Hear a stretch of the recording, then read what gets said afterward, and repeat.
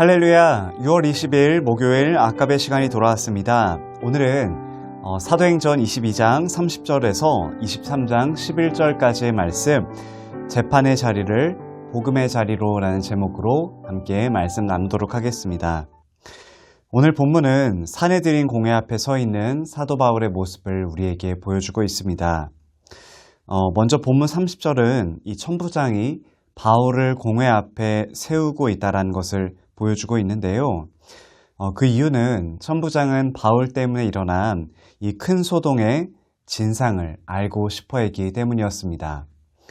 그래서 그는 바울이 공회 앞에 서기 전에 그에게 묶여 있었던 결박을 풀어주었습니다. 사도 바울이 로마 시민권자였기 때문이었습니다. 그리고 이제 바울은 사내들인 공회 앞에 서게 되었는데요. 사내들인 공회는 바리새파와 사두개파, 장로 총 70명의 사람들이 참석을 하는데 바울은 이와 같은 종교 지도자들 앞에서 이렇게 자신을 살기등등하게 바라보는 이 지도자들 앞에 바울은 서게 되었습니다. 하지만 바울은 이 종교 지도자들 앞에서도 전혀 흔들리지 않고 담대하게 서 있었는데요. 그러면서 바울은 공회 회원들을 강렬하게 바라보면서 자신의 신앙의 진면목을 이렇게 고백합니다. 23장 1절입니다. 바울이 공회를 주목하여 이르되 여러분 형제들아 오늘까지 나는 범사의 양심을 따라 하나님을 섬겼노라 하거늘이라고 바울은 고백합니다. 바울은 자신이 오늘까지 양심의 한 점 부끄러움 없이 하나님을 섬겨왔다라고 이야기합니다. 여기서 섬겼노라 라는 단어는 폴리티오마이라고 하는데 도시 시민으로 살다 라는 의미를 가지고 있습니다. 이 단어는 신약 성경에 단 2번 등장하는데요. 오늘 본문 1절과 그리고 빌립보서 1장 27절에 사용되었습니다. 빌립보서 1장 27절은 이렇게 이야기합니다. 그리스도의 복음에 합당하게 생활하라 라고 이야기합니다. 다시 말해서 사도 바울은 자신이 하나님 나라 시민답게, 하나님 나라의 백성답게, 하나님 나라 시민으로서 그에 걸맞은 의무와 책임을 가지고 자신이 살아왔다라는 것을 고백하고 있는 것입니다. 바울의 이와 같은 고백에 당시 대제사장이었던 아나니아는 2절에서 바울의 입을 치라고 명령합니다. 바울의 고백을 듣고 분노한 것이었습니다. 왜 그랬을까요? 지금 종교 지도자들은 바울을 고발한 상황입니다. 자신들이 바울을 죄가 있다라고 여겨서 고발했는데 고발을 당한 바울은 하나님 앞에 한 점 부끄러움 없이 하나님 백성답게 살아왔다라고 말하고 있으니 그렇다면 고발한 자신들은 도대체 뭐가 되는 것입니까? 그래서 대제사장 아나니아는 분노해서 그 입을 치라라고 명령한 것이었습니다. 하지만 바울은 이런 상황 속에서도 주저없이 강력하게 응수합니다. 본문 3절인데요.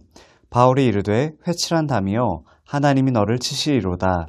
내가 나를 율법대로 심판한다고 앉아서 율법을 어기고 나를 치라 하느냐 하니라고 바울은 이야기합니다. 바울은 대제사장 아나니아를 회칠한 담이라고 말합니다. 이 회칠한 담은 석회가 발린 벽이라는 말인데요. 이것은 겉으로는 깨끗하고 튼튼한 벽 같지만 사실은 더럽고 불안정한 벽을 말합니다. 다시 말해서 사도 바울은 아나니아를 향해서 그가 위선자다라는 것을 말하고 있는 것입니다. 당신이 지금 의로운 척 재판석에 앉아 있지만 정죄를 받기 전에 불법적으로 때리는 일은 율법을 거스르는 일이었기 때문이었습니다. 그리고 바울의 말처럼 실제로 대제사장 아나니아는 그런 사람이었습니다. 역사에 따르면 그는 자신의 이익을 위해서라면 폭력을 행하고 암살을 하면서도 양심의 가책을 받지 않는 인물이었다라고 합니다. 그리고 바울은 그를 향해서 하나님이 너를 치시리로다 라고 말했는데요. 실제로 그는 로마에 대한 유대인의 전쟁이 벌어졌을 때 숨어 있다가 유대인들에게 발각되어 목숨을 잃었다라고 합니다. 비참한 결말을 맞이한 것이었습니다. 다시 본문으로 돌아와서 바울의 이와 같은 발언에 주위에 있던 사람들은 하나님의 대제사장을 내가 욕하느냐라고 이야기합니다. 그러자 바울은 그가 대제사장인지 알지 못했다라고 언급합니다. 그러면서 5절 하반부에서 너의 백성의 관리를 비방하지 말라 하였느니라 하더라라고 언급이 되어 있는데, 이것은 출애굽기 22장 28절을 인용한 것으로 너는 재판장을 모독하지 말며 백성의 지도자를 저주하지 말지니라 라고 기록이 되어 있습니다. 그리고 바울은 이 와중에 지금 이곳에 모인 사람들의 일부는 사두개인이고 일부는 바리새인이라는 것을 알았습니다.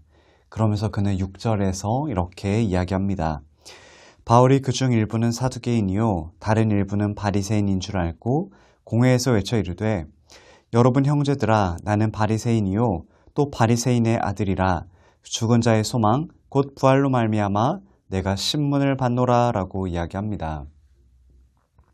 바울의 이와 같은 발언은 바리새인과 사두개인들의 다툼을 일어나게 만들었습니다. 왜냐하면 사두개인은 부활도 천사도 영도 없다고 인정하는 사람들이고 바리새인은 이것들 전부를 인정하는 사람들이었기 때문에 그렇습니다. 원래는 바울을 신문하려고 함께 모였던 사두개인과 바리새인들이었지만 바울의 이 이야기를 듣고는 크게 싸우기 시작했습니다. 그러면서 바리새인 편에서는 바울에게 악한 것이 없다라고 하기도 했습니다. 이런 큰 싸움이 일어나자 천부장은 혹시 바울이 그들에게 찢겨 죽을까 해서 군사들을 시켜서 다시 감옥으로 들어가게 했습니다. 바울의 한마디로 이렇게 큰 싸움이 벌어지니까 바울의 마음도 많이 불편했을 것입니다. 그리고 그날 밤 주님께서는 바울을 찾아오셨습니다. 오늘 본문 11절인데요. 그날 밤에 주께서 바울 곁에 서서 이르시되 담대하라 내가 예루살렘에서 나의 일을 증언한 것 같이 로마에서도 증언하여야 하리라 하시니라. 아멘. 감옥에 갇힌 바울에게 가장 큰 힘이 되는 분은 바로 주님이셨습니다.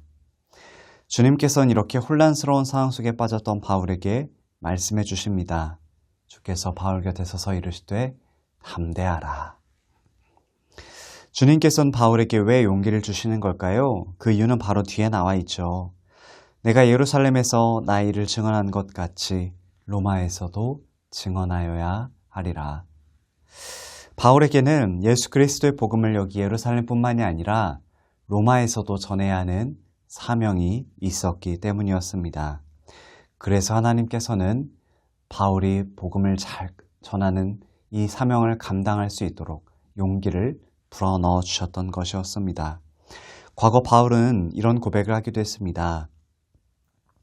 고린도전서 2장 3절인데요.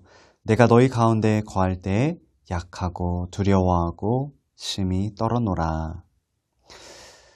아마 바울은 오늘 일을 겪고 나서도 많이 의기소침하고 낙담했을 것입니다. 하지만 이후 다시 열린 공회 앞에서도 또 앞으로 배를 타고 갈 로마에서도 사도 바울은 담대하게 예수 그리스도를 전했습니다. 전할 수 있었습니다. 그 이유는 바울이 용감하고 두려움을 모르기 때문에 그래서가 아니었습니다. 바로 하나님께서 함께 하셨고 함께 계시는 하나님께서 그에게 담대함을 주셨기 때문이었습니다. 사랑하는 성도 여러분, 그리스도인들은 강철 같은 사람이 아닙니다. 강심장을 가진 사람들이 결코 아닙니다. 어찌 보면 더 약해 보이고 두려워하는지도 모릅니다. 방금 고린도전서에서 고백했던 바울이 그랬고 수많은 성경 속의 인물들이 그랬습니다. 예수님의 수제자였던 베드로는 어땠습니까? 그는 군사들이 예수님을 잡아가자 그 자리에서 도망쳤고 모든 제자들이 모두 도망쳤습니다. 베드로는 예수님을 부인하기까지 했습니다. 또 두려움 많고 소심했던 기드온에게도 하나님께서는 이렇게 말씀을 주셨습니다. 여호와의 사자가 기드온에게 나타나 이르되 큰 용사여 여호와께서 너와 함께 계시도다. 아멘. 이처럼 하나님의 사람들은 원래 용기 있고 강철의 사람들이 아니었습니다. 그렇지만 하나님께서는 하나님의 사람들에게 힘을 주시고 용기를 주셨습니다.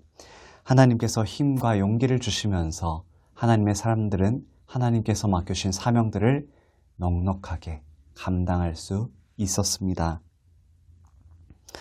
사랑하는 성도 여러분, 오늘도 앞으로도 우리는 수많은 어려움과 걱정과 근심거리를 만나게 될 것입니다. 오늘 찬송가 445장의 이 찬송가의 가사처럼 높은 산과 험한 계곡을 만나게 될 것입니다. 또 깊은 어두움에도 처할 때가 있을 것입니다. 그러나 여러분, 두려움과 근심과 어둠의 그늘이 우리를 찾아올 때마다, 절망의 골짜기를 지나갈 때마다 바울을 찾아와 바울 곁에 서서 담대하라라고 말씀하셨던 그 주님의 음성을 우리도 들을 수 있기를 소망합니다. 그럴 때 우리는 다시 일어설 수 있을 것입니다. 다시 힘과 용기를 얻어 하나님이 기뻐하시는 길을 걸어가고 하나님이 맡기신 사명들을 넉넉하게 감당할 수 있을 것입니다. 마지막으로 다윗의 고백을 우리의 마음속에 새길 수 있기를 소망합니다. 시편 23편 4절에서 다윗은 이렇게 고백합니다. 내가 사망의 음침한 골짜기로 다닐지라도 해를 두려워하지 않을 것은 주께서 나와 함께 하심이라. 주의 지팡이와 막대기가 나를 안위하시나이다. 아멘. 어떤 상황 속에서도 두려워하지 않고 나와 함께 하시는 하나님을 붙들고 하나님이 주시는 그 용기를 가지고 하나님께서 맡겨주신 사명들을 넉넉하게 감당하는 모든 귀한 성도님들의 삶이 될 수 있기를 소망합니다. 함께 기도하겠습니다. 하나님 아버지 감사합니다. 우리가 살아가다 보면 어려움과 근심과 여러 가지 문제와 장애물을 만나게 됩니다.